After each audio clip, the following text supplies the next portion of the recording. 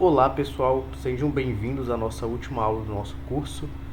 Essa aula vai ser um pouco diferente, já que nela a gente não vai fazer nenhum projeto prático, nós apenas vamos falar sobre os sensores e por conta disso, nessa aula nós vamos englobar todos os outros sensores que faltam para ser discutidos, né? Sendo eles o sensor de cor, o sensor giroscópio e o sensor de som. Infelizmente não vamos abordar o sensor infravermelho, já que aparentemente ele veio com defeito no kit que a gente adquiriu, certo? E, bem, vamos dar início à nossa aula falando sobre o sensor de cor.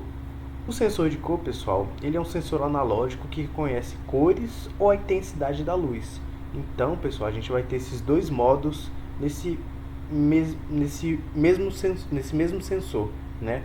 E aqui do lado a gente pode ver, né, o modo de intensidade da luz, onde ele vai ter um intervalo que vai de 0 até 100, sendo quanto menor esse valor, isso significa que o nosso sensor ele está em uma superfície que não reflete muita luz, portanto, seria a cor preta, né, já que a cor preta absorve a luz, e de maneira análoga,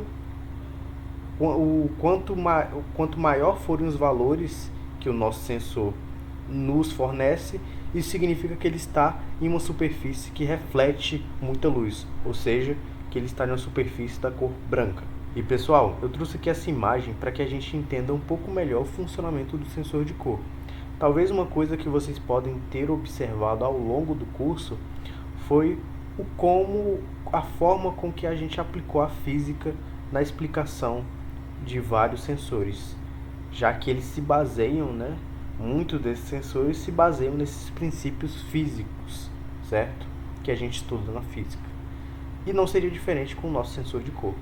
Nesse caso aqui, como a gente está falando sobre a luz, né, e as diversas cores que ela possui, né, no seu espectro, a gente está aqui falando sobre o ramo da física, né, da ótica, que vai estudar exatamente isso que eu falei, que é o comportamento da luz.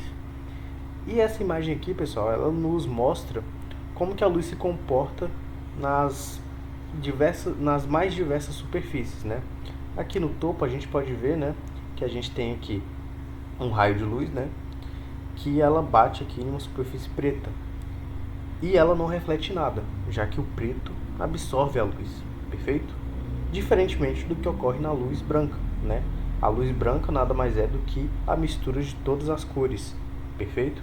E isso vai fazer com que ela reflita todas elas, né?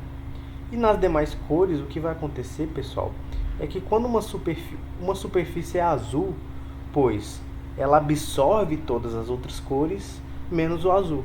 E por isso ela vai ser azul, já que ela está refletindo aquela cor, perfeito?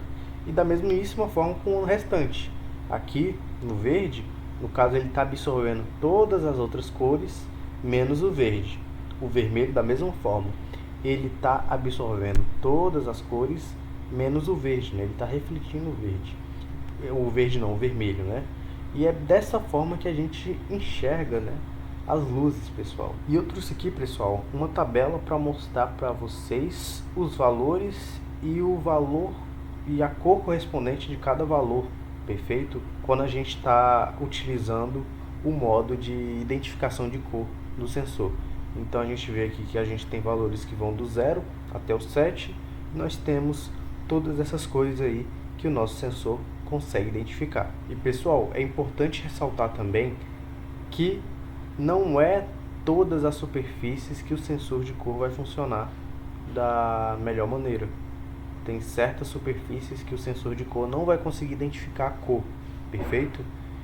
E também é importante vocês se atentarem com a distância que o sensor de cor está de uma determinada superfície. Ele não vai conseguir identificar se você estiver muito longe e também se você estiver muito perto. E dito tudo isso, pessoal, a gente vai ver aqui na prática um pouquinho de como funciona o sensor de cor.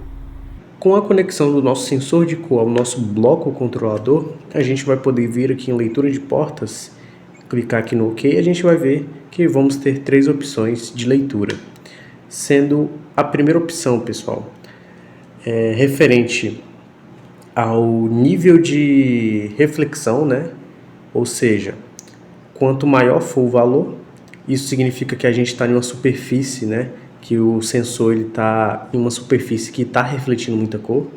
Então, essa opção é perfeita para serem feitos robôs seguidores de linha, certo? Onde a gente tem essa grande distinção entre uma superfície que reflete e uma superfície que não reflete, né? Eu estou colocando aqui no pé do meu tripé, que ele é na cor preta. Mas acho que se colocar aqui na tela, ó, nessa parte aqui, a gente vai poder ver também que ele não reflete muito, né? A gente vai ver que ele identifica, né, mais ou menos que é a cor preta, certo, pessoal? A gente tem essa opção aqui, a gente tem a outra opção de leitura ambiente, que eu acho que também tem a ver com essa questão de luminância, né, do ambiente. Eu não sei ao certo, certo, pessoal? E o outro sendo a leitura de cor, né? Onde ele vai ler para a gente e indicar que cores o sensor está lendo. Eu trouxe aqui dois objetos aqui, né? Uma caixinha com a cor vermelha e uma fita dupla face que é verde. Então, se a gente colocar ele, a gente vai ver que ele consegue, né, ler direitinho, né? Se a gente colocar aqui no tripé aqui, preto, né? Preto. E aqui na mesa, acho que vai aparecer aqui, deixa eu ver. Branco aqui, certo? Lembrando que para utilizar essa opção, pessoal, não é todas as superfícies que o sensor lê, como por exemplo, aqui a gente tem esse cilindro que foi impresso aqui no laboratório, em plástico, né, impressoras 3D. Isso aqui é basicamente plástico. E é uma coisa que ele não lê tão bem assim. Aqui ele está lendo como laranjado, verde, enfim, não é uma ótima superfície para que a gente lê, para que o sensor leia, né? Então, sempre evite esse tipo de material assim, principalmente plástico. Ele não lê muito bem essas coisas. Então, esse é o nosso sensor de cor, pessoal. Falando agora sobre o nosso segundo sensor, pessoal, aqui nós vamos falar sobre o sensor de som. O sensor de som, pessoal, é um sensor analógico utilizado para detectar o volume do ambiente e sua faixa de medição é de 0 a 100. E é importante mencionar aqui que essa medição que ele faz não é em decibéis, viu? Então é bom que vocês tratem o sensor apenas como isso, como se fosse um detector de som do ambiente, perfeito? Se um determinado barulho está muito alto ou muito baixo. E também é importante lembrar que para que ele funcione bem, é bom que não tenha muito ruído no fundo. Você também não pode falar muito perto, né? Porque logicamente vai ficar muito alto o som. Então tratem ele apenas dessa forma, como se fosse detectar se tem som ou não em um determinado ambiente. E agora nós vamos ver um pouquinho disso na prática, pessoal. E esse aqui é o nosso sensor de som, pessoal. Ele já está aqui conectado, né, nas leituras de portas. E aqui ele tem duas opções: sensor de som decibéis e sensor de som dBA, né? Eu não sei exatamente qual a diferença entre eles dois. Eu testei aqui e vi que ele normalmente vai mostrar sempre os mesmos valores. E é importante mencionar também que, apesar de estar escrito aqui decibéis, né, é importante ressaltar, é uma informação que até o próprio manual traz, é que ele não indica os níveis em decibéis em si, sabe, não é um número real. Então não levem isso como certeza absoluta. Então esse sensor aqui, pessoal, vou colocar bem perto da minha boca agora, é mais para verificar a ausência ou não do som, né? Como a gente pode ver aí, eu estou falando e ele vai aumentando, diminuindo, né? Às vezes chega ali em 1, sabe? Então, tratem esse sensor dessa forma, sabe? Não como se ele medisse o volume real da nossa voz, mas sim para detectar se o ambiente tem som ou não, pessoal. E por último, mas não menos importante, nós vamos falar sobre o sensor giroscópio. O sensor giroscópio, pessoal. O sensor giroscópio é um sensor analógico que pode detectar ângulos e velocidades. E aqui, pessoal, vocês vão verificar que eu não trouxe nenhum valor que ele lê pra gente.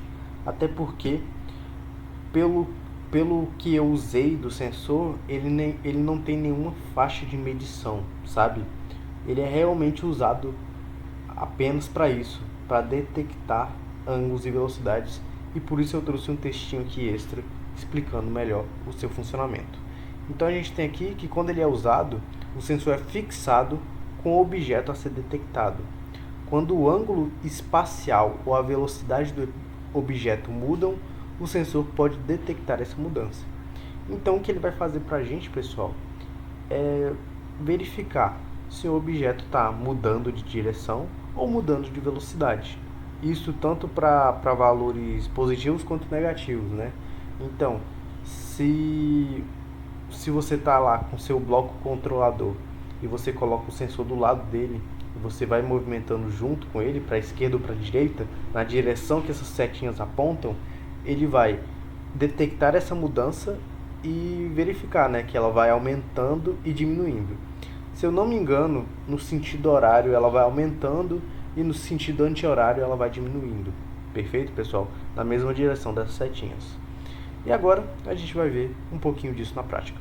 E por último, mas não menos importante, pessoal, a gente tem o sensor giroscópio, certo? Se a gente for aqui em leitura de portas, a gente vai poder ver que ele vai indicar exatamente isso que a gente discutiu, né? Ele vai fixar, né, a angulação dele, ou a velocidade a um objeto, nesse caso aqui ao nosso bloco controlador, né? E a partir do momento que ele se mexer, né, ele vai detectar essa mudança de velocidade, né? Porque nessa aqui ele está no modo de velocidade, né? Então, a partir do momento que ele se mexe, né, em relação a alguma coisa, então, se a gente tivesse aqui o nosso robô, né, os nossos robôs que a gente fez nesse curso, a gente ia verificar que, no caso, se o robô tivesse parado, ele ia verificar que ele está parado. Se ele fosse para frente, ele ia indicar um valor positivo, e se fosse para trás, negativo, né?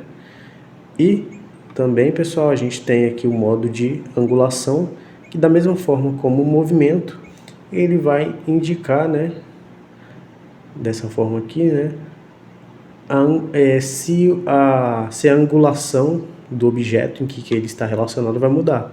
Então, se a gente colocasse aqui do lado, então ele iria indicar para a gente se a angulação do nosso objeto está mudando ou não, pessoal. E é dessa forma que o nosso sensor, né, ele vai nos informar, né, nos passar essas informações.